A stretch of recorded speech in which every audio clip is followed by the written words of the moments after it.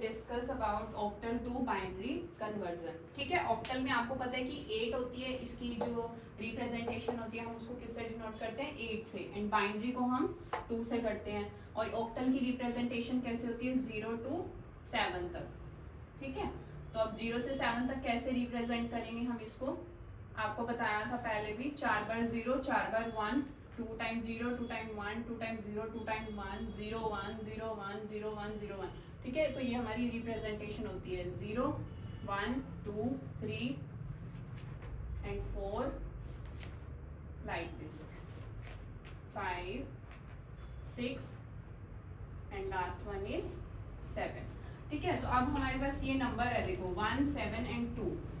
हमें इसको, ये हमें ऑक्टल में दिया हुआ है, हमें इसको बाइनरी में रिप्रेजेंट करना है, यानी 0 1 की फॉर्म में रिप्रेजेंट करना है। It is so simple. पहले हम लेंगे 2 की रिप्रेजेंटेशन, देखो 2 क्या है, 2 किस क्या रिप्रेजेंट करता है, 0 1 0। ठीक है, 0 1 0। एंड देन 7 क्या रिप्रेजेंट करता है, 3 टाइम्स 1। एंड 1 क्या रिप्रेजेंट करता है, 2 टाइम्स 0 एंड 1। तो बस ये हमारा आंसर हो जाएगा। इट्स सो सिंपल, है ना। Thank you.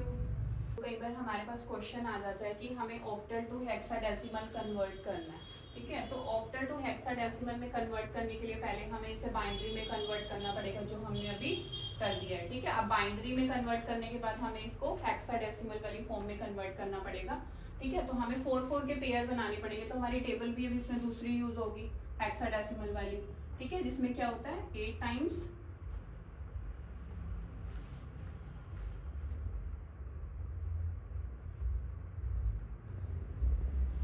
0 होता है इसमें, और 8 टाइम्स क्या होता है, 1 होता है।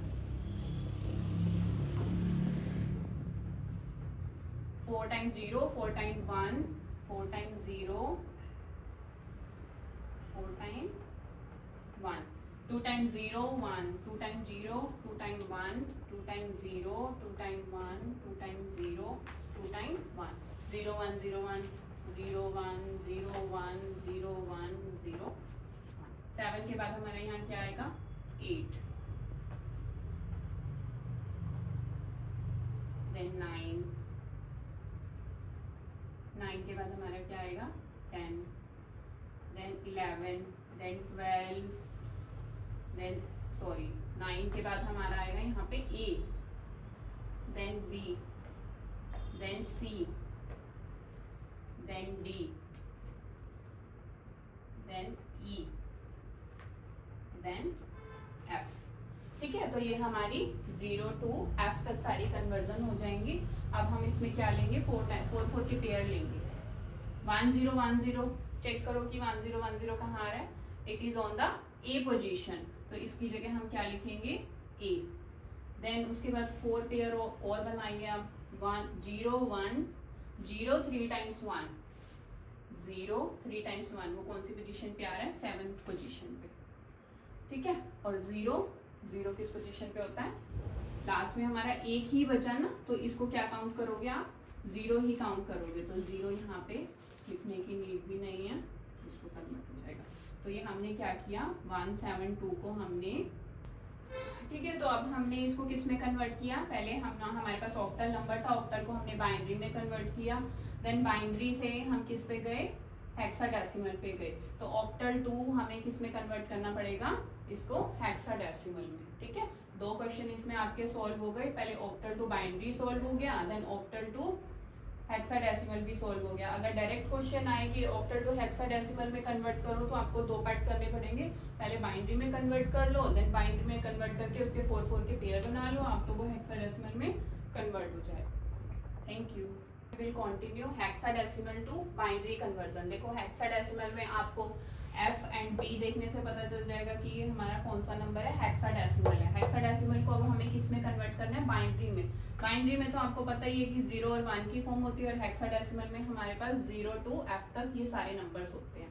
ठीक है, इनकी रिप्रेजेंटेशन जो कल भी हमने बताई थी कि A को किससे रिप्रेजेंट करता है, कंप्यूटर किस लैंग्वेज में समझता है, 1010 की लैंग्वेज में। ठीक है, अब हमें इसको किस में कन्वर्ट करना है, 2FB हेक्साडेसिमल को हमें किस में कन्वर्ट करना है, बाइनरी में। ठीक ठीक है, तो बी की आप रिप्रेजेंटेशन देखो क्या है, बी की क्या है 1011। अब बी की जगह क्या लिख सकते हो आप, इसको लास्ट में है ना बी, तो लास्ट में लिखो 1011। उसके बाद एफ है, एफ की रिप्रेजेंटेशन देखो 4 टाइम्स 1। उसके बाद आप 2 देखो, 2 की रिप्रेजेंटेशन क्या है 0010, 0010। ठीक है, तो ये इसकी रिप्रेजेंटेशन कैसे हुई हेक्साडेसिमल टू बाइनरी।